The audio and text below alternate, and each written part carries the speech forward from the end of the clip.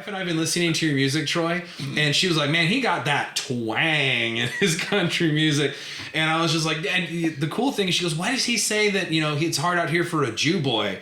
And I was like, well, he's Orthodox Jewish. And she said, oh, well, he should get one of the little yarmulkes, but have it made like a little cowboy hat. So he has a little cowboy hat yarmulke.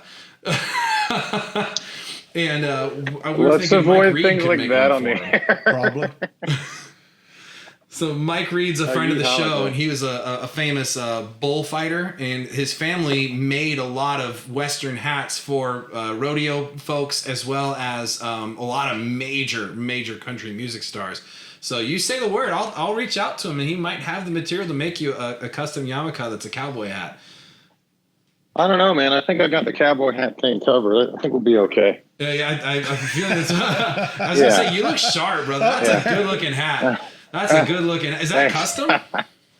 No, that's I bought it in Asheville. There you go. My first one. It looks nice, brother. It looks real nice. I saw that in some of the videos that have been going around online from the show you did with the big wooden stage and the full band. It looks amazing. I almost didn't recognize Steven. Oh, it was like, yeah.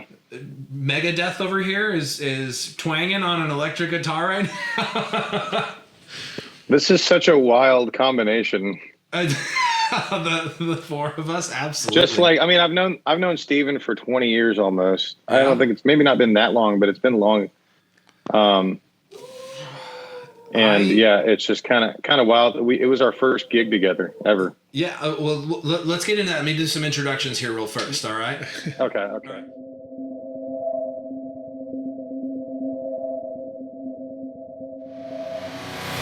Welcome back to the Roadkill Drums Podcast. Are we having fun? I'm gonna bang a drum. Oh shit, I died. Let me go.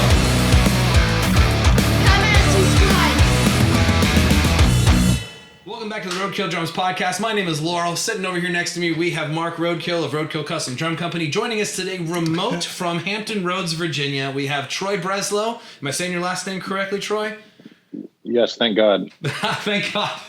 And then we're also being joined by a friend of all of ours that Troy and I have known for a long time, Stephen Miller. Stephen, welcome to the show, brother. Happy to be here. Thank you. Now, the three of us go pretty far. Now, Troy and I think we've met once or twice in passing back in the day. You and I, we didn't really get much of a chance to hang out.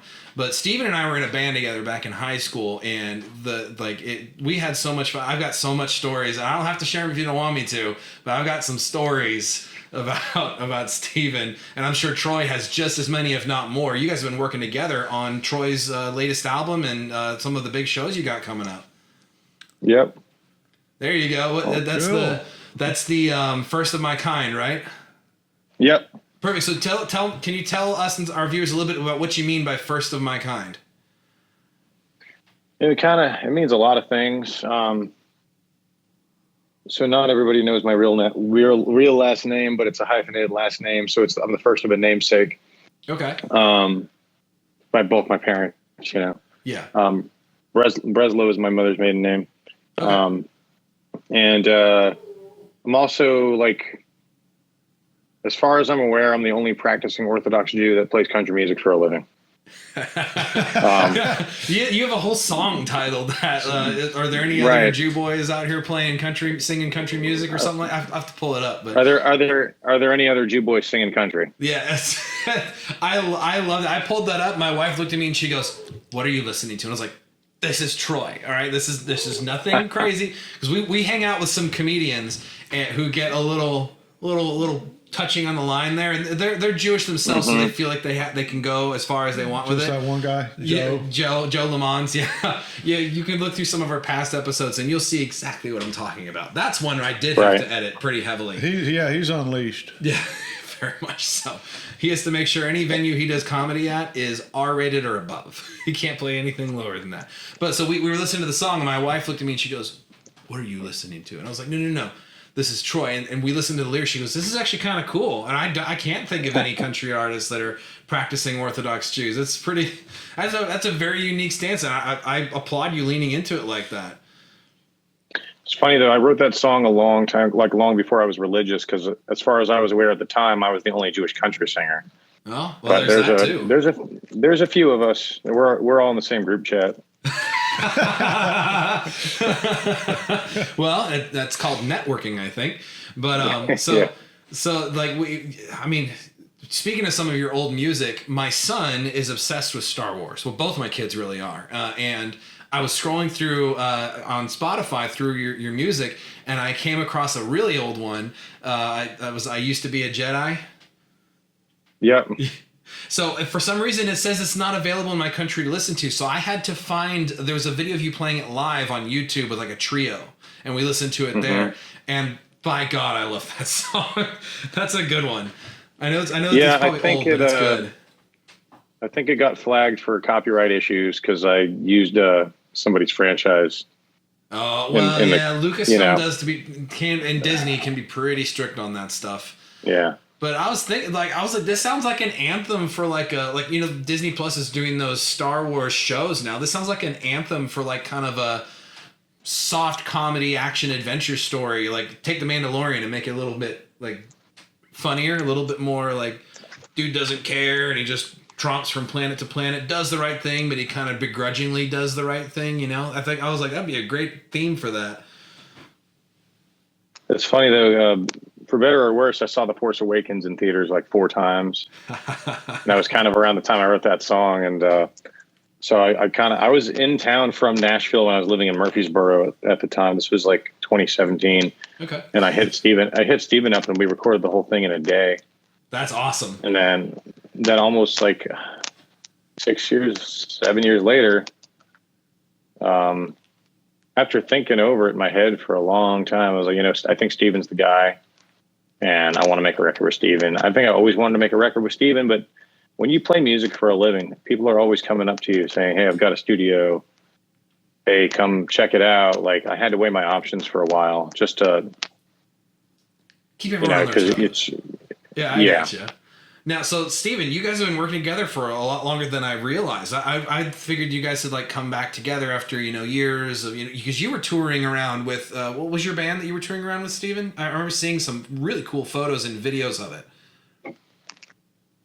So around the time Troy and I first got together to do recording, it was like 2014, 15. Okay. And I was playing in a death metal band called Vomit Stain at the time. Vomit Stain, I remember that one. Yeah.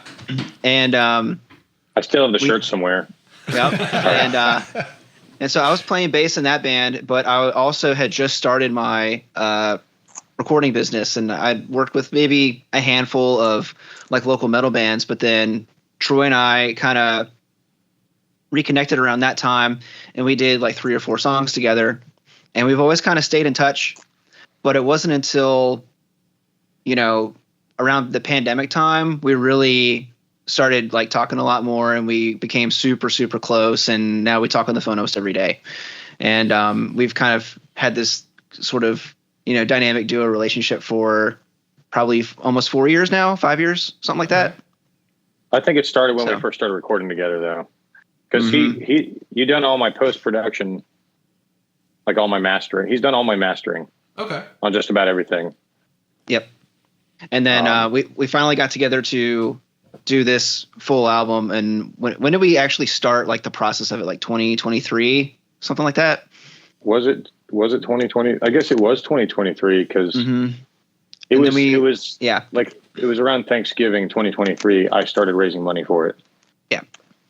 That's awesome. Okay, so there's a lot more history there than I had realized. I mean, to be fair, like I said, the 3 of us, like Steven and I were in a band in high school, and then Troy, I do remember meeting you back in the day, like back when you were like really kind of getting started in like singing, songwriting, and all that stuff. And I've been watching you grow from the sidelines for so long, and it's just it impresses me to no end how much you have grown, and the distinguished tone that you have with your music is just on point, brother. You're doing a really good job.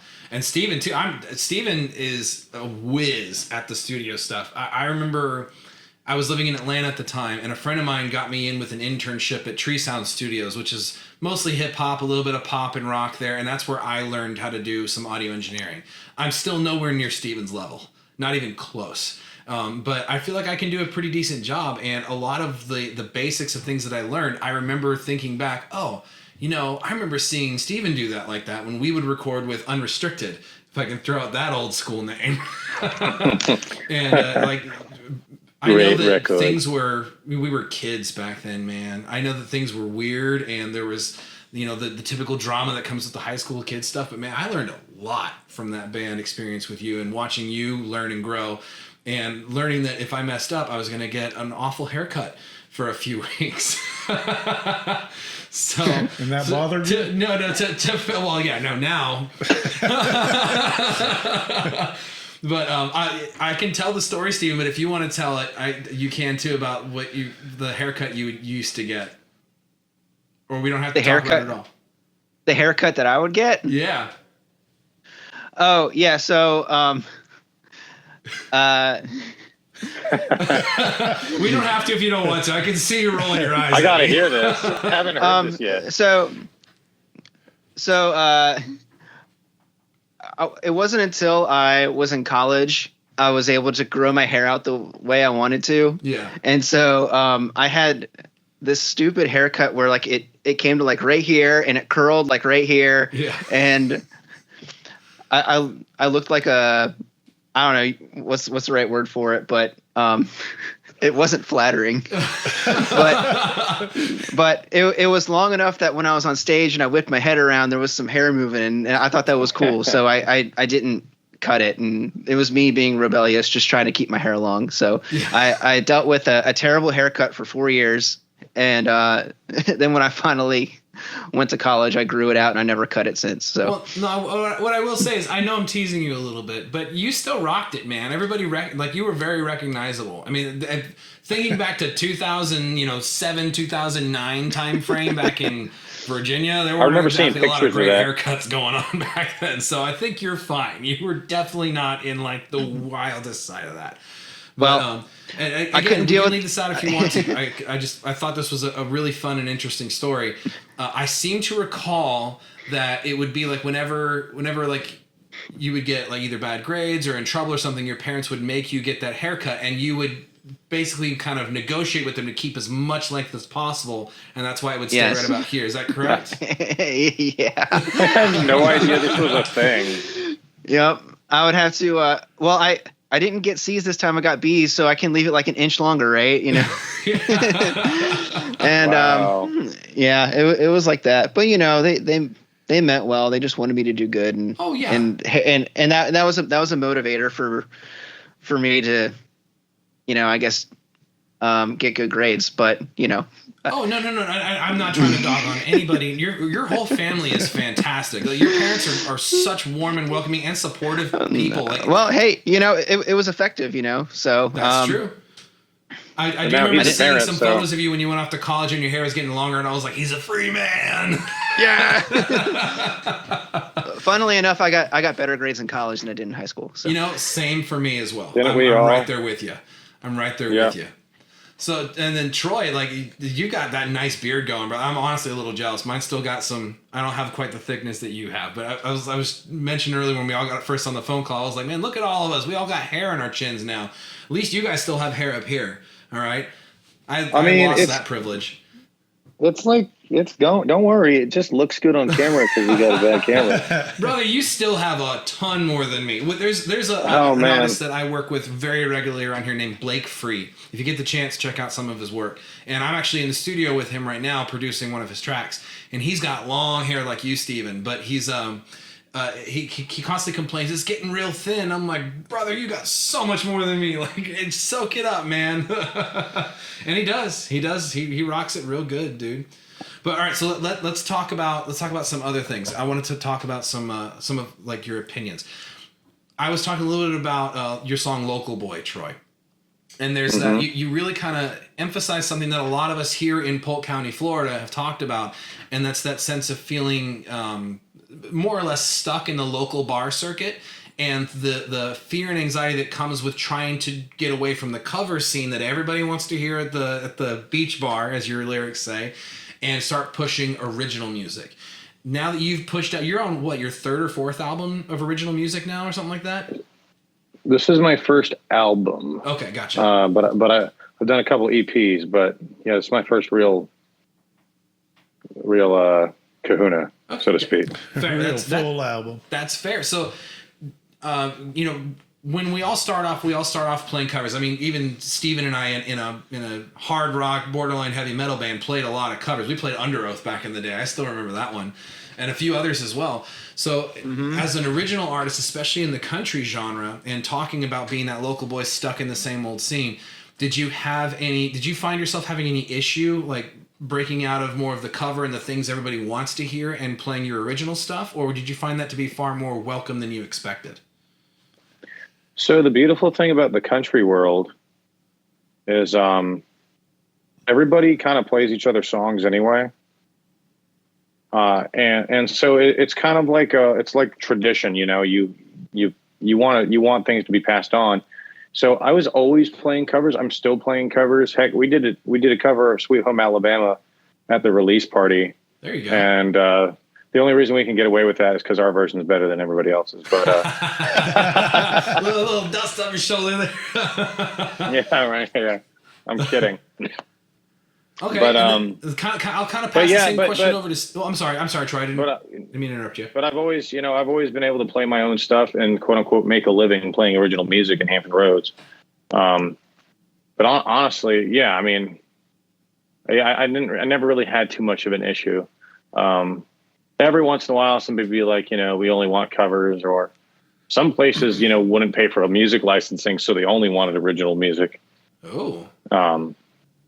That's an But interesting thing we've run into here. That Is was that more of licensing a- agreements with venues has made some venues basically shut down live music altogether because of the cost that these groups are putting on the restaurants to pay the licensing fees. That's an interesting take. And they're also, it's the same industry that's charging $800 a ticket for Morgan Wallen.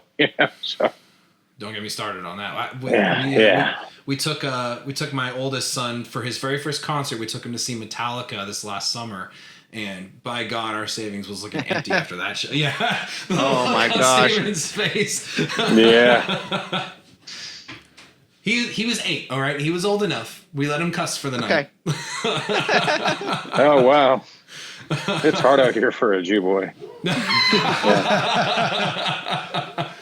So I'll kind of. Y'all still live in Murfreesboro? Oh no, that's been a long time. It's been. I was going to been say 8 we're going to years. be up there Wow. in July for the drum show. Well, I was chatting with these two, and I was going to see if at Heck, least I might join you. Yeah, I was going to see if they can come out to Nashville and hang out with us for the Music City Drum No Show. promises. And, I'm not making any do a couple promises. episodes with us out there, fill in some spots, and then we can I'm sure there's plenty of people. You probably know more people there than we do, but I just thought it'd be a lot of fun to kind of just hang out. And I've got some connections to some venues up there. But if you live in Murfreesboro, you probably have a lot more connections than I do. But just go out, play some shows, and I don't know, rub some elbows and have some fun. We got to sit down with Rich Redmond, who's the drummer for Jason Aldean. Been his drummer for 21 years or something. Mm-hmm. And then a few other people too. And so I think it'd be a lot of fun to get you on a show with some of those guys. Yeah, Greg Bissonette and a few others as well. And then I can't believe I'm forgetting his name. Drummer for Korn. He didn't get on the show, but we did get to go over, stick a camera in his face. And ask him a couple why'd you questions. just ask me? God damn it. Steven's probably going to shout, they're like, how do you guys not know this? Because I can't remember why I walked in the fucking room. But yeah, so like Jake Somers and He's some of going to these kill guys me too. I know, right? Look, it's late here. It's late. Yeah. It's late. You've had a couple beers. We're good. That's 3. They don't. He doesn't watch it anyways. He doesn't have to know. But so, Steven, I'll pass the same question over to you. Playing original music. I mean, like I said, you were touring around with Vomit Stain, and then I can't remember the other band, but you've had a couple of pretty successful touring bands that I've seen you be a part of. Playing original music on more of the rock scene, how have you seen that be received, especially with that anxiety of leaving the local circuit and going out and abroad? So the music that I have typically been a part of, it's like, the first touring band I was in was Vomit Stain. That's death metal. And then I was the vocalist for a band called Slaghead. It's like prog sludge. It's very like Mastodon, I guess. Okay. Black Sabbath meets Mastodon, but with screaming vocals, lots of math problems in the music, that kind of thing. And then And then I was in Dark Remedy, which was more of like a radio rock kind of thing. Yeah. And but even still, the heavier the music gets, the less you see covers to an extent.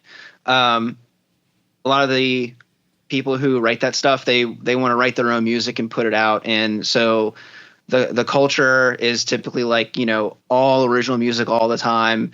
And so we would run into the same bands and they would have a new set like every night of like just all new stuff. These guys, because it's so focused around original music, like these guys are just cranking out riffs and they're putting whole new sets together almost every time we saw them. And it was really impressive. And Vomistain was like that too. Almost every year we would put a whole new set of all new music. You weren't like, if you saw us in like 2017 and then you saw us in 2018, it wouldn't be any of the same music you heard because we're just moving that quickly.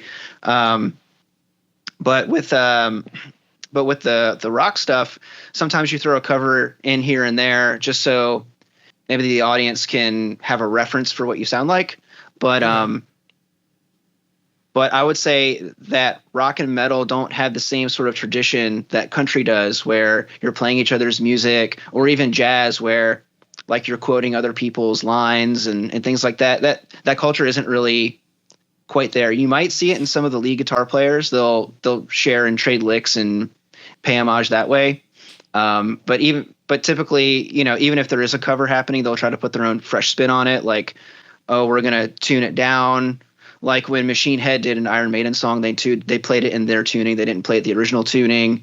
Or maybe someone will do their own solo or whatever. But there's always this idea that you're not going to just copy and paste what someone else does. And I think that's a big difference between like the metal world and the country world, is that there isn't that tradition of passing things on. It always has to be new all the time and doing your own thing. It's about being like very hardcore individualistic sort of mentality. Yeah, I get that. So I think one way we can bridge that gap. It's understandable though. Yeah, country completely. music was born on the front porch, playing together and teaching each other how to play. And, metal, of course, is a lot newer than. Yeah, I think kind of the same thing, though, if you think about it. Saying, But we're using the word tradition. Like you're right. Exactly. There is a lot of tradition there, and there's a lot of that family like front porch kind of thing where everybody's like, oh man, that song's great. We're gonna pass this along like old stories, Traditions. Yeah, carrying on like the legacy and the old stories. It's a cool thing. That's the beautiful thing about being a Jewish country singer, because my entire life is rooted in tradition. It just goes hand in hand. And they both go way back. Comedy show. That's such a cool thing. So Steven, kind of going back a little bit to Steven, I've always known you as a metalhead. So country, how do we make that leap? That was Troy. He was like, hey, a lot of the hot guitar players in country right now are metal guys. Like you can do this, man. I'm like, okay. So Billy Strings, Cody Jinks. Yeah, sorry to interrupt. Yeah. No. So that's all Troy for pushing me to try something new, and that's just part of and it. Now he's part of the company band now. Hey, there you go. Sorry. I was going to ask how deep you're in, because I know you're producing the album and you've been working with them a lot. But I saw you in that video. I was like, oh my God, that's Stephen Miller on the guitar. Playing country music. I'm real deep. We're cousins now, so. There you go. Yeah, we're cousins. Yeah, we're cousins. We tell everyone when we're out in public together, we tell everyone we're cousins, and they're like, really? I mean, I wouldn't blink twice at it. I'm obviously on the Jewish side of the family, but. Yeah, well, we act like brothers, but we're really cousins. Yeah. When you say that, though, how many people just kind of look at Troy and go, so you got the good looks genes. All right. Just kidding. Troy's a good looking guy, I don't have the long flowing locks, though, so the only locks I have are on bagels. You got the cool hat, but I will say this. I did see Steven up there in a cool hat, too, so. You even got him in the hat, man. That's nuts for me. Like this is such a cool reunion for me, and I was so amazed by how many hats and bolo ties there were on stage that night. I mean, how about in the room though? Like from the camera pan, I saw some scattered throughout the crowd as well.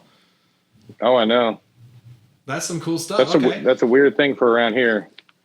Well, yeah, you're But- talking about Hampton Roads area. So are you back in Hampton Yeah. Roads, or are you like over like near like Newport News side, or where are you at? I'm sitting in Denby, Virginia right now, baby. Denby. All right. Wow, Denby. What made you pick Denby? Oh, emergency. That's where the car broke down. Pretty much.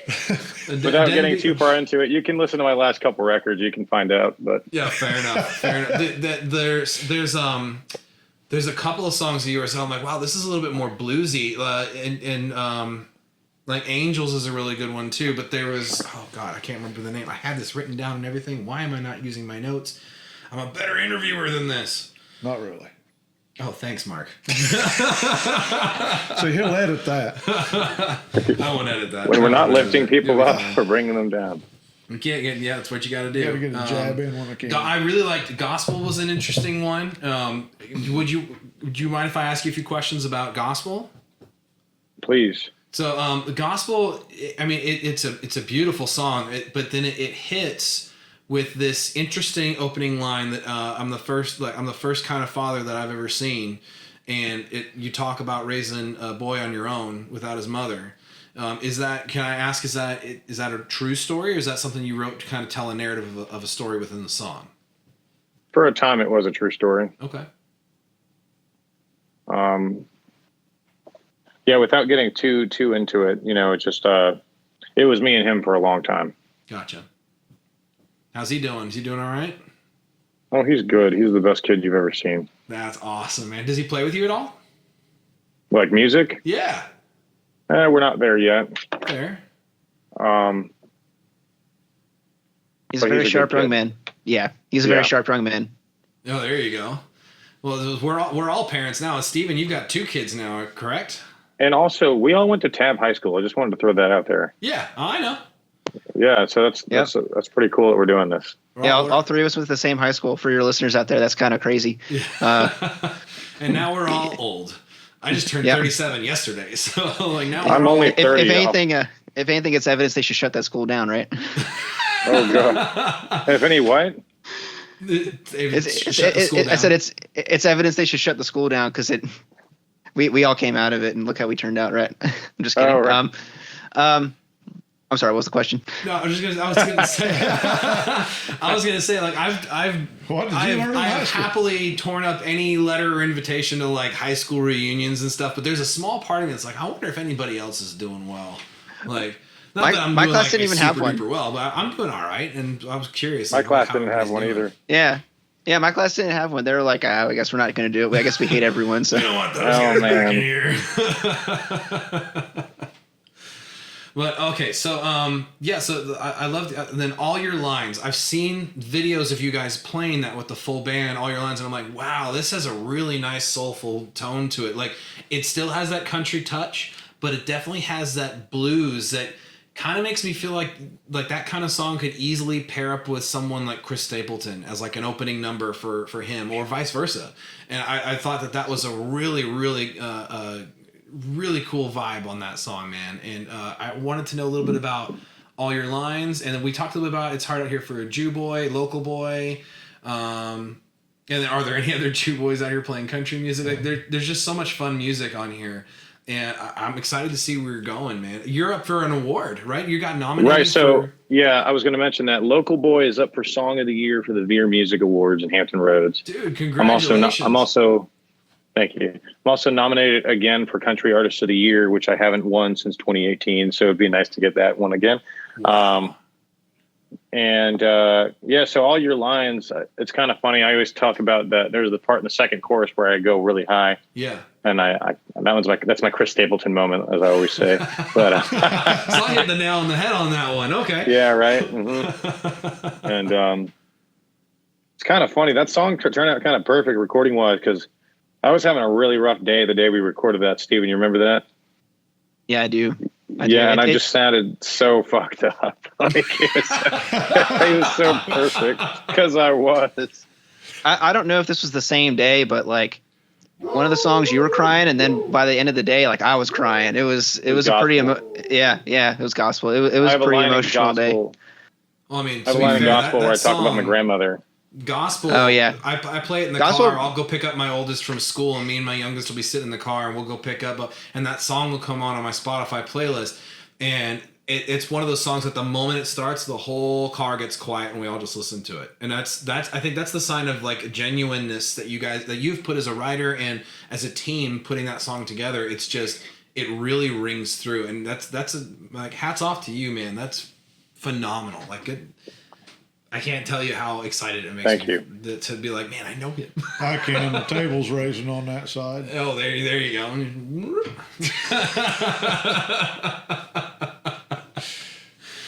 Oh my gosh. So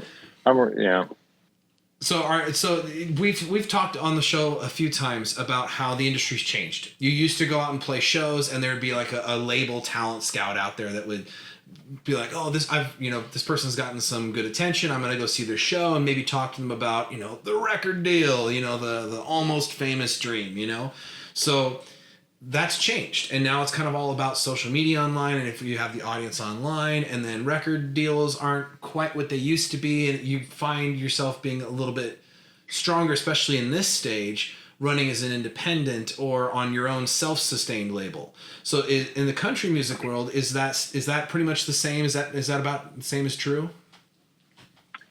Yeah, I think it's kind of true for everyone right now, but it's the funny thing about all this is I hardly ever listen to country music anymore.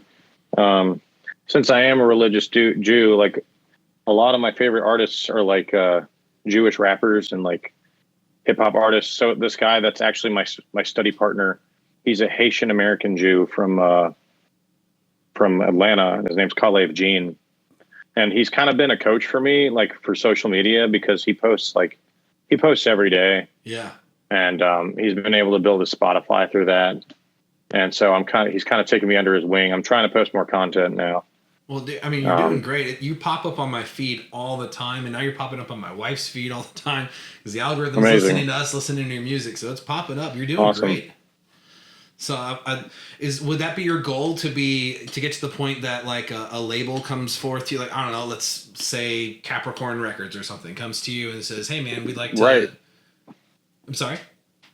No, I don't know if anybody here has heard of the Jewish rapper Nissim Black, but he's like one of the biggest Jewish artists of all time. And his management actually picked up my buddy just because he was posting content. Wow. So, yeah, shoot for the moon, right? Yo, yeah, absolutely. There you go. Yeah. Never aim lower, man. Yeah. I'm with you all the way. That's cool. Well, we would love to help you in any way that we possibly can. If you find yourself, both of you, if you find yourselves coming down to Florida at all or wanting to, we'd love to help connect you to some local shows. It's cold. I'm sorry? I said it's cold up here. I'd love to come down. It's warmer here, but not that much warmer. We're getting a little bit of a cold bite this week, but I know I'm in t-shirt. It's 70. It's 70. It's cold here, man. I need a hoodie. That's cold for you guys, yeah. It is. 68, Steven, you guys are wearing. Still playing? I'm sorry, I didn't mean to interrupt you. I was just saying 68 degrees, you guys are in hoodies. Yeah. Oh, absolutely. 100%. Yeah. 100%. Mm-hmm. It's cold out when it's 60. It might snow. We got to worry about freezing pipes. So, Steven, I know you've launched your recording business. You have your home studio. You've been doing this since college. I remember, well, even before that, like you recorded Unrestricted with us and other people as well. You recorded with me when I was doing my acoustic stuff back in the day, which I still have some of those recordings. And again, so much that I learned working with you. Are you still playing and touring now, or are you focused on the studio and more being home with the family, or what are you doing? Yeah, I'm focusing on the recording and the producing and just being home with the family. I have a 2-year-old at home and I have another one on the way, and so doing this kind of what I found over the years is, I certainly love performing. And so when Troy asked me to be part of his band, of course I took it up, because why wouldn't I want to spend more time with my cousin?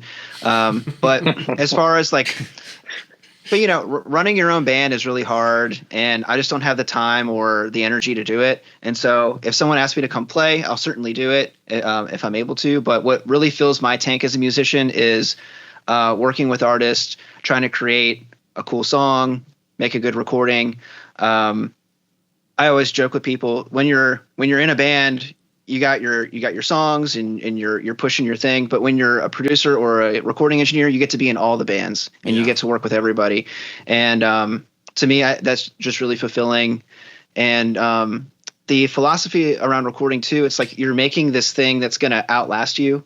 And so that's why I take it so seriously, is because like when you're putting the song down, you're making, it's immortal at that point. It'll, your grandkids, your great grandkids, they'll be able to listen back to this and be like, someone I love is on this, and you can hear like a snapshot in time, You and I can relate on this front, because I gave up playing. Like I'll go to the open jams, or I'll play with friends, or play at the house. My son, my freaking 4-year-old son has 2 drum kits. I wonder where he got them from. He's got a custom Spider-Man drum kit that's really cool. I'll have to show you sometime. But it sounds good. It does sound really good. But I'm sure you got earplugs all over your house, don't you? Well, no, we gutted one of the walk-in closets in the house, put the drums in there, and soundproofed it. He has headphones. But yeah, he does have headphones. But and then the other kit's an electronic kit, so he can play it out with me without blasting everybody out of the house. But I gave up playing because I found so much more fulfillment being on the producer side, and I fell in love with film and photography, partially because of an old job and partially because of my wife, who does photography as well. And I find it so fulfilling to be able to film an artist performing an original song, telling the story behind it, producing that, putting it together, and knowing that, it's going to outlast me. And now these guys have something really cool to share. Like the show that you guys have circulating right now with Troy Show, the one that's been all over social media. It looks amazing. It sounds amazing. It's an original music. There's enough content in there to keep you going, oh, this is a little tidbit about the song or what he's got going on right now. And that is to be able to be a part of helping artists reach that kind of status, or have that accolade in their forever, like their memory book, is so fulfilling for me. And I'm right there with you 100%. It's just so much fun. So I guess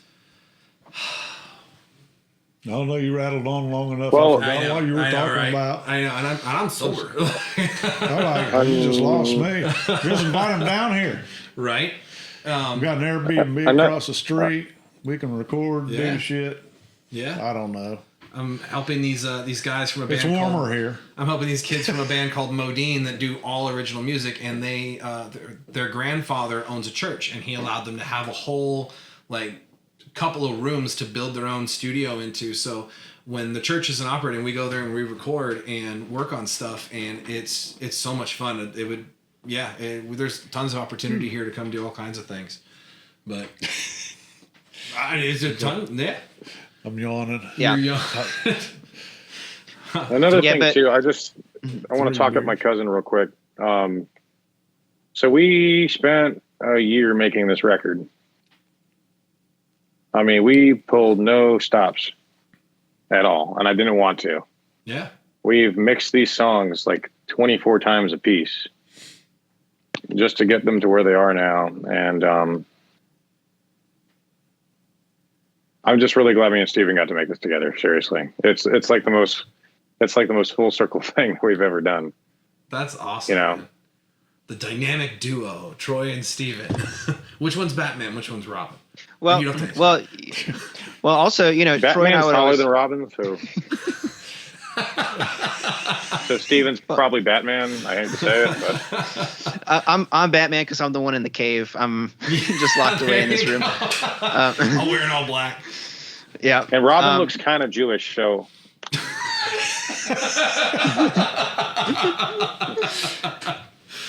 All right, but hashtag DC Comics. But Troy and I would always say when we were talking to each other about this album was really 10 years in the making, because it took that long for him to work these songs to the point to where they can sound like this. It took me that long to get good enough to be able to do it justice. And our relationship was a big part of how the album was able to come out the way it did. So it really was, it took about a decade for this album to come together the way it did this way, so. And one of the songs on here is like Arlo's Stories. I started writing that one when I was 16. So, and yeah, it took 10 years to even, took 15 years to even write the damn thing. Wow. Mm-hmm. So that's the last track on the album. The last question I'll ask on this one. Are you a procrastinator? No, no. No, I'm a perfectionist. When you're putting that much hard work into the songs, and you're so focused on shooting for the moon, as you said earlier, right? At what point do you go, this is done, this is ready? And because I can imagine, sitting from the producer side, that's a hard thing, because there's always things you can tweak or something we can make a little better. What's that moment for you? The funny thing about that is like, we didn't really tell anybody how to play. We just kind of tracked it, and I let Steven do his thing, and we did a lot of listening back and forth, and I think we had a lot of really healthy communication on this project, because he knew that I wasn't fucking around. Yeah. And I knew he wasn't either. And I think it just kind of happened the way it was supposed to happen in that regard. At one point when we got to the mastering, we kind of had this talk, like, should we wait 6 months to finish this to make sure that we're done with it? Yeah. Or should we just be done with it? Well, actually, you know what it really was? I think we ran out of money. Well, that's a big part of it there. but we ran out of money at just the right time. And and we wound up spending double what the budget was in the first place. So.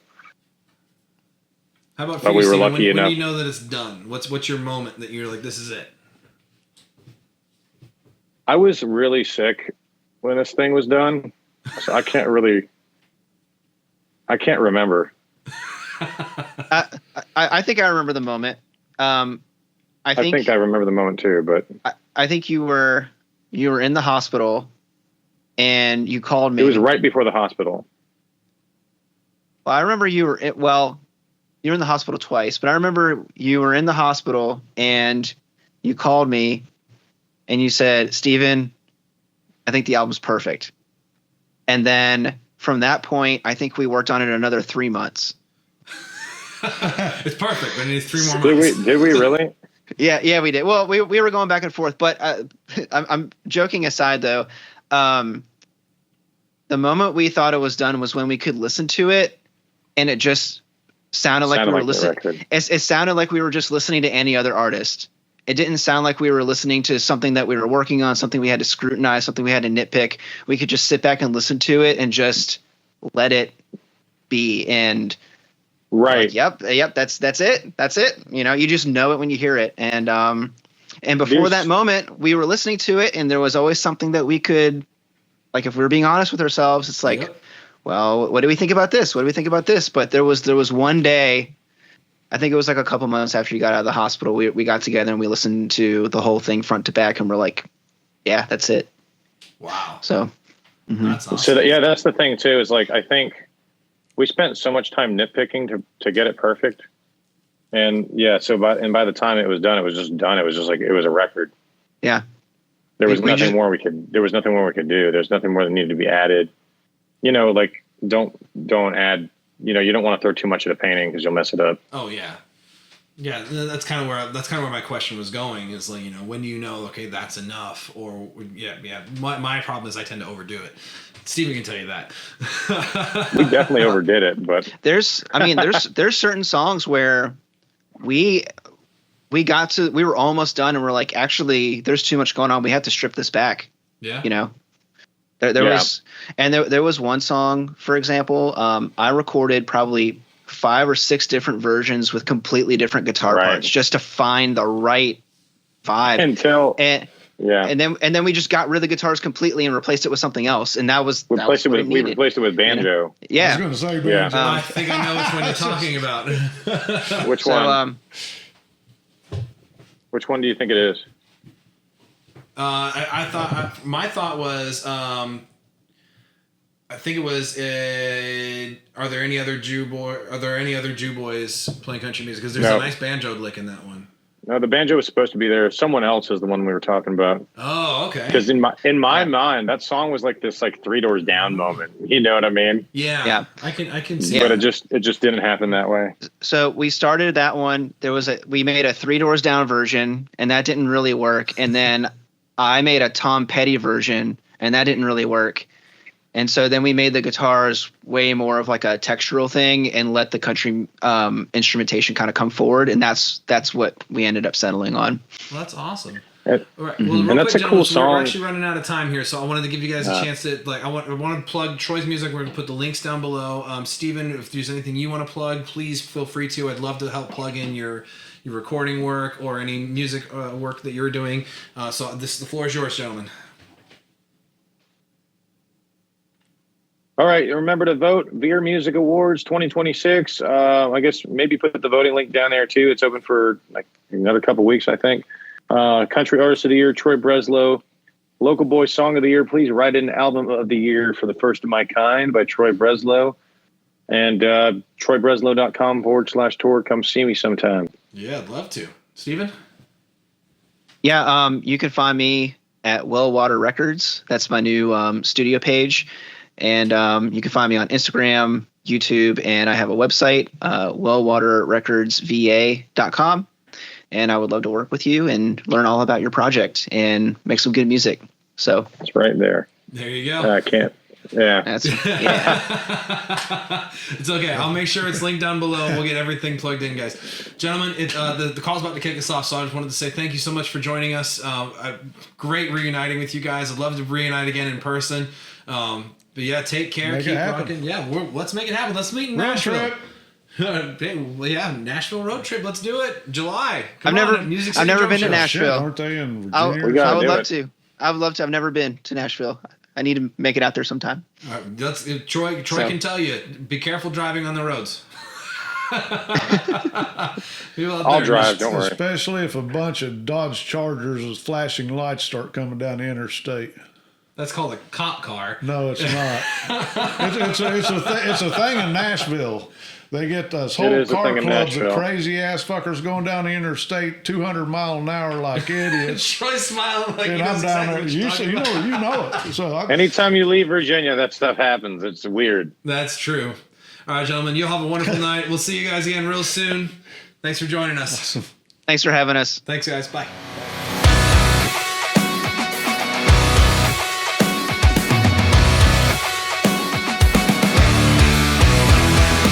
I want to bang a drum.